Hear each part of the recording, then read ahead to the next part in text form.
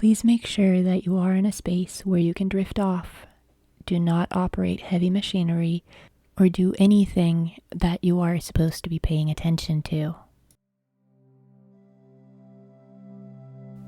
Hello and welcome to Soul Meadow. Come here. I got you a nice cup of tea.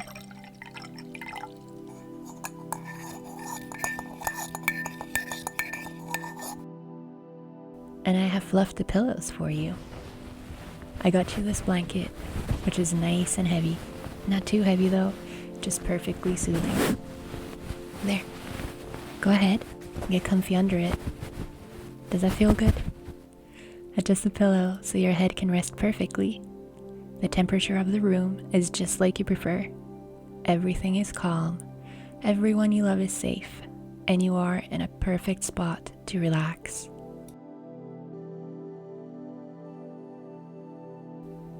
Tonight's bedtime story is a proper treat. You should probably hit the follow button, by the way, so you don't miss out on the next chapters. I'm going to read to you a classic novel published in 1868, which is called Little Women. It was written by American author Louisa Alcott and is a coming-of-age novel, loosely based on the lives of the author and her three sisters. The book has been translated into numerous languages and frequently adapted for stage and screen. Now that you know a bit about the book, I hope you're all settled because we're about to hop into the magical world of the March Sisters. Ready? Chapter 1. Christmas won't be Christmas without any presents, grumbled Joe, lying on the rug. It's so dreadful to be poor, sighed Meg, looking down at her old dress. I don't think it's fair for some girls to have plenty of pretty things, and other girls nothing at all, added little Amy with an injured sniff. We've got father and mother, and each other, said Beth contentedly from her corner. The four young faces on which the firelight shone brightened at the cheerful words, but darkened again as Joe said sadly, We haven't got father, and shall not have him for a long time. She didn't say, perhaps never, but each silently added it, thinking of father far away where the fighting was. Nobody spoke for a minute. Then Meg said in an altered tone, You know, the reason Mother proposed not having any presents this Christmas was because it is going to be a hard winter for everyone, and she thinks we ought not to spend money for pleasure when our men are suffering so in the army. We can't do much, but we can make our little sacrifices and ought to do it gladly. But I'm afraid I don't. And Meg shook her head as she thought regretfully of all the pretty things she wanted. But I don't think the little we should spend would do any good. We've each got $1, and the army wouldn't be much helped by our giving that. I agree not to expect anything from Mother or you, but I do want to buy Undine and Sintram for myself. I've wanted it so long, said Joe, who was a bookworm. I plan to spend mine in new music, said Beth, with a little sigh, which no one heard but the hearth brush and kettle holder. I shall get a nice box of Faber's drawing pencils. I really need them, said Amy decidedly. Mother didn't say anything about our money, and she won't wish us to give up of everything. Let's each buy what we want and have a little fun. I'm sure we would work hard enough to earn it, cried Joe, examining the heels of her shoes in a gentlemanly manner. I know I do, teaching those tiresome children nearly all day when I'm longing to enjoy myself at home, began Meg, in the complaining tone again. You don't have half such a hard time as I do, said Joe. How would you like to be shut up for hours with a nervous, fussy old lady who keeps you trotting, is never satisfied, and worries you till you're ready to fly out the window or cry? It's naughty to fret, but I do think washing dishes and keeping things tidy is the worst work in the world. It makes me cross, and my hands get so stiff, I can't practice well at all. and Beth looked at her rough hands with a sigh that anyone could hear at that time. "I don't believe any of you suffer as I do," cried Amy, "for you don't have to go to school with impertinent girls who plague you if you don't know your lessons, and laugh at your dresses, and label your father if he isn't rich, and insult you when your nose isn't nice."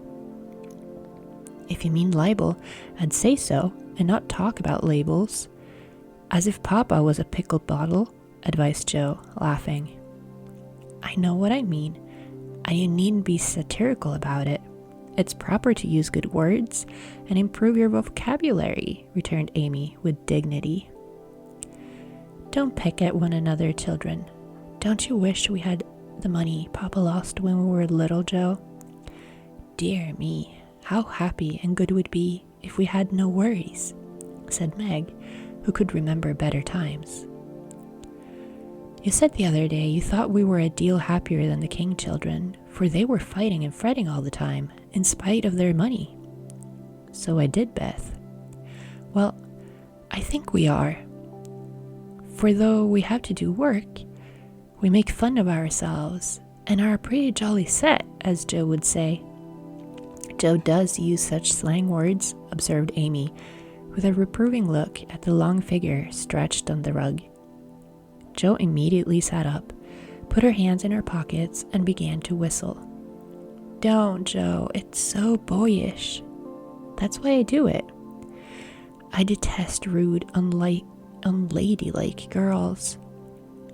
I hate affected, niminy-pininy chits." "Birds in their little nests agree," sang Beth, the peacemaker, with such a funny face that both sharp voices softened to a laugh, and the pecking ended for that time.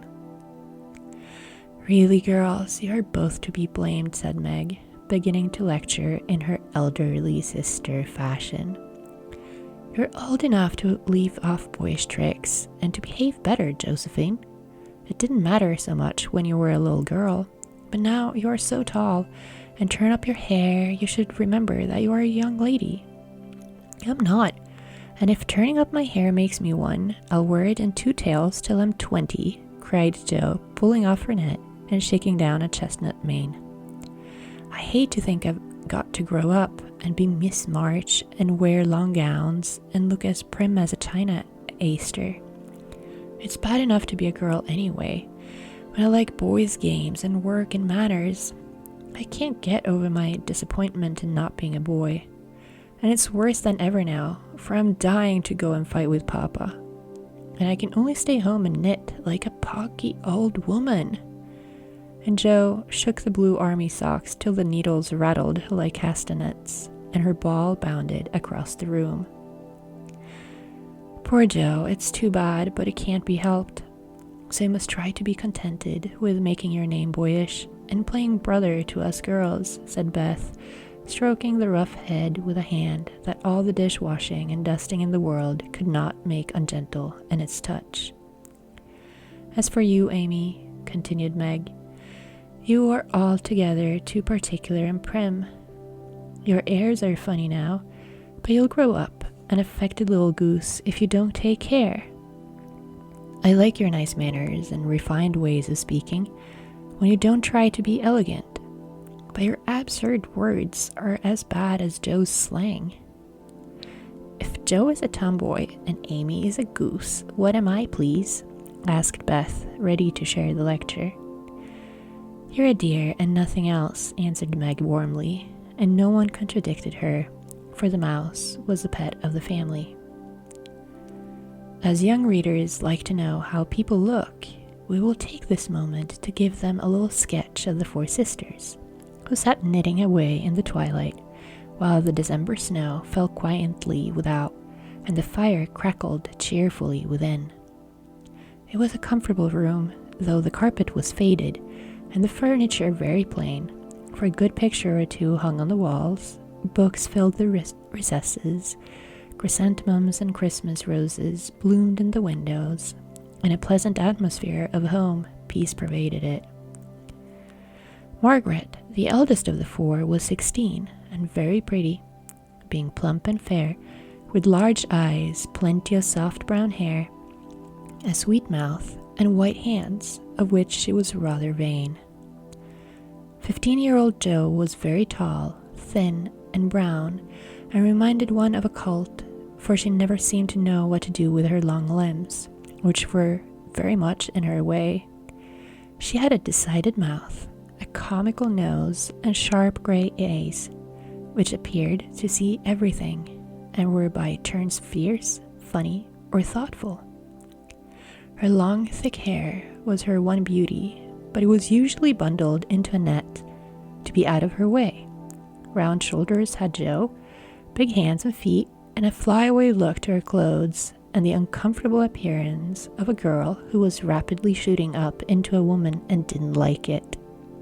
Elizabeth, or Beth as everyone called her, was a rosy, smooth-haired, bright-eyed girl of 13, with a shy manner, a timid voice, and a peaceful expression which was seldomly disturbed. Her father called her Little Miss Tranquility, and the name suited her excellently, for she seemed to live in a happy world of her own, only venturing out to meet the few whom she trusted and loved. Amy, though the youngest, was a most important person, in her own opinion at least. A regular snow maiden, with blue eyes and yellow hair curling on her shoulders, pale and slender, and always carrying herself like a young lady, mindful of her manners. What the characters of the four sisters were, we will leave to be found out. The clock struck 6, and, having swept up the hearth, Beth put a pair of slippers down to warm. Somehow, the sight of the old shoes had a good effect upon the girls, for Mother was coming, and everyone brightened to welcome her. Meg stopped lecturing and lighted the lamp. Amy got out of the easy chair without being asked, and Jo forgot how tired she was as she sat up to hold the slippers nearer to her blaze. They're quite worn out. Mummy must have a new pair. I thought I'd get her some with my $1, said Beth. No, I shall, cried Amy. I'm the oldest, began Meg, but Jo cut in with a decided, I'm the man of the family now Papa is away, and I shall provide the slippers, for he told me to take special care of Mother while he was gone. I'll tell you what we'll do, said Beth. Let's each get her something for Christmas. Lan not getting anything for ourselves. That's like you, dear. What will we get? Exclaimed Jo. Everyone thought soberly for a minute. Then Meg announced, as if the idea was suggested by sight of her own pretty hands, I shall give her a nice pair of gloves. Army shoes, best to be had, cried Jo. Some handkerchiefs, all hemmed, said Beth. I'll get a little bottle of cologne. She likes it, and it won't cost much, so I'll have some left to buy my pencils, added Amy. How will we give the things? Asked Meg. Put them on the table, and bring her in, and see her open the bundles. Don't you remember how we used to do on our birthdays? Answered Jo. I used to be so frightened when it was my turn to sit in the chair with a crown on, and see you all come marching round to give the presents, with a kiss. I liked the things and the kisses, but it was dreadful to have you sit looking up at me while I was opening the bundles, said Beth, who was toasting her face and the bread for tea at the same time. Let Mummy think we are getting things for ourselves, and then surprise her. We must go shopping tomorrow afternoon, Meg. There's so much to do about the play for Christmas night, said Jo, marching up and down, with her hands behind her back and her nose in the air. I don't mean to act any more after this time. I'm getting too old for such things, observed Meg, who was as much a child as ever about dressing up frolics. You won't stop, I know, as long as you can trail around with a white gown and your hair down and wear gold paper jewelry. You're the best actress we've got, and there'd be an end of everything if you quit the boards, said Jo. We ought to rehearse tonight. Come here, Amy, and do the fainting scene, for you are as stiff as a poker in that. I can't help it. I never saw anyone faint, and I don't choose to make myself all black and blue, tumbling flat as you do. If I can go down easily, I'll drop. If I can't, I shall fall into a chair and be graceful. I don't care if Hugo does come with me with a pistol, returned Amy, who was not gifted with dramatic power, but was chosen because she was small enough to be borne out shrieking by the villain of the piece. Do it this way. Clasp your hands so, and stagger across the room, crying frantically, "Rodrigo, save me, save me!" And away went Joe with a melodramatic scream, which was truly thrilling. Amy followed, but she poked her hands out stiffly before her and jerked herself along as if she went by machinery, and her "oh" was more suggestive of pins being run into her thin of fear and anguish. Joe gave a despairing groan, and Meg laughed outright, while Beth let her bread turn as she watched the fun with interest. It's no use. Do the best you can when the time comes, and if the audience laughs, don't blame me. Come on, Meg. Then things went smoothly, for Don Pedro defied the world in a speech of 2 pages without a single break. Hagar, the witch, chanted an awful incantation over her kettleful of simmering toads with weird effects. Rodrigo rent his chains asunder manfully, and Hugo died in agonies of remorse and arsenic, with a wild "ha ha." "It's the best we've had yet," said Meg, as the dead villain sat up and rubbed his elbows. "I don't see how you can write and act such splendid things, Joe. You're a regular Shakespeare," exclaimed Beth, who firmly believed that her sisters were gifted with wonderful genius in all things. "Not quite," replied Joe modestly. "I do think The Witch's Curse, an operatic tragedy, is rather a nice thing, but I like to try Macbeth. If we only had a trapdoor for Banco. I always wanted to do the killing part." "Is that a dagger that I see before me?" muttered Joe, rolling her eyes and clutching at the air as she had seen a famous tragedian do. "No, it's a toasting fork with Mother's shoe on it instead of the bread." "Best stage struck," cried Meg, and the rehearsal ended in a general burst of laughter. "Glad to find you so merry, my girls," said a cheery voice at the door, and actors and audience turned to welcome a tall, motherly lady with a "can I help you" look about her, which was truly delightful. She was not elegantly dressed, but a noble-looking woman, and the girls thought the grey cloak and unfashionable bonnet covered the most splendid mother in the world. "Well, dearies, how have you got on today? There was so much to do getting the boxes ready to go tomorrow that I didn't come home to dinner. Has anyone called, Beth? How is your cold, Meg? Joe, you look tired to death. Come and kiss me, baby." While making these maternal inquiries, Mrs. March got her wet things off, her warm slippers on, and sitting down in the easy chair, drew Amy to her lap, preparing to enjoy the happiest hour of her busy day. The girls flew about, trying to make things comfortable, each in her own way. Meg arranged the tea table, Joe brought wood and set chairs, dropping, overturning, and clattering everything she touched. Beth trotted to and fro between parlor and kitchen, quiet and busy, while Amy gave directions to everyone as she sat with her hands folded. As they gathered about the table, Mrs. March said, with a particularly happy face, "I've got a treat for you after supper." A quick, bright smile went around like the streak of sunshine. Beth clapped her hands, regardless of the biscuit she held, and Joe tossed up her napkin, crying, "A letter! A letter! 3 cheers for Father!" "Yes, a nice long letter. He is well, and thinks we shall get through the cold season better than we feared. He sends all sorts of loving wishes for Christmas, and a special message to you girls," said Mrs. March, patting her pocket as if she had got a treasure there. "Hurry and get done. Don't stop to quirk your little finger and simper over your plate, Amy," cried Joe, choking on her tea and dropping her bread, butter side down, on the carpet in her haste to get at the treat. Beth ate no more, but crept away to sit in her shadowy corner and brood over the delight to come, till the others were ready.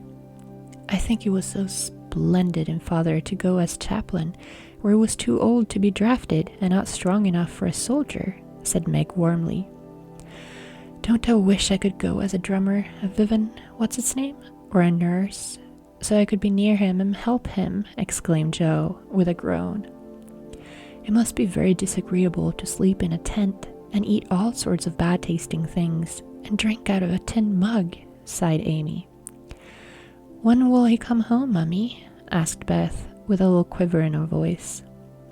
Not for many months, dear, unless he is sick. He will stay and do his work faithfully as long as he can, and we won't ask him to come back a minute sooner than he can be spared. Now come, and hear the letter.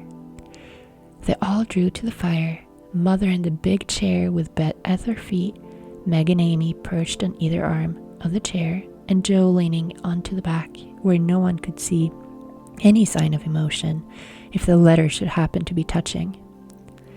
Very few letters were written in those hard times that were not touching, especially those which fathers sent home. In this one, little was said of the hardships endured, the dangers faced, or the homesickness conquered.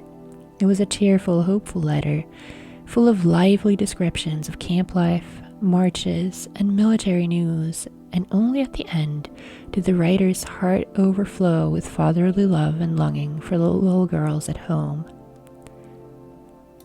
Give them all of my dear love and a kiss.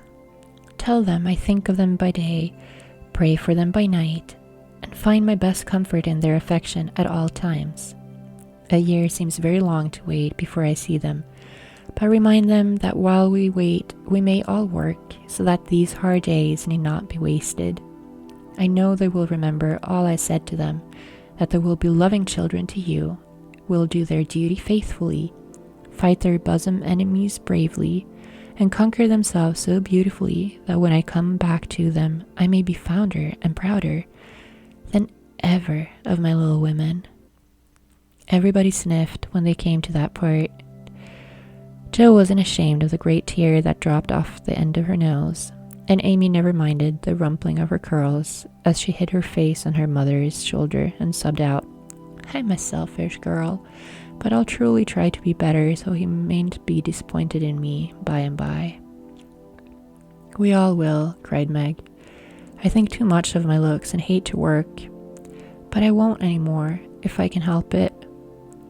I'll try and be what he loves to call me, a little woman, and not be so rough and wild, but do my duty here instead of wanting to be somewhere else, said Jo, thinking that keeping her temper at home was much harder task than facing a rebel or two down south. Beth said nothing, but wiped away her tears with a blue army sock and began to knit with all her might, losing no time in doing the duty that lay nearest her, while she resolved in her quiet little soul to be all that father hoped to find when the year brought round the happy coming home. Mrs. March broke the silence that followed Jo's words by saying in her cheery voice, Do you remember how you used to play Pilgrim's Progress when you were little things? Nothing delighted you more than to have me tie my piece backs on your backs for burdens, give you hats and sticks and rolls for paper, and let you travel through the house from the cellar, which was a city of destruction, up to the housetop, where you had all the lovely things you could collect to make a celestial city.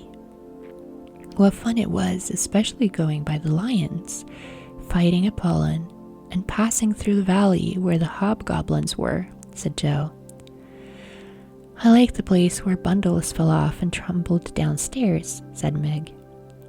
I don't remember much about it, except that I was afraid of the cellar and the dark entry, and always liked the cake and milk we had up at the top. If I wasn't too old for such things, I'd rather like to play it over again, said Amy, who began to talk of renouncing childish things at the mature age of 12. We never are too old for this, my dear, because it is a play we are playing all the time in one way or another.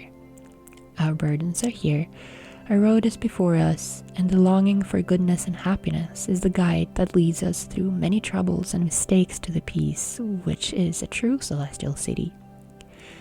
Now, my little pilgrims, suppose you begin again, not in play, but in earnest, and see how far you can get before father comes home."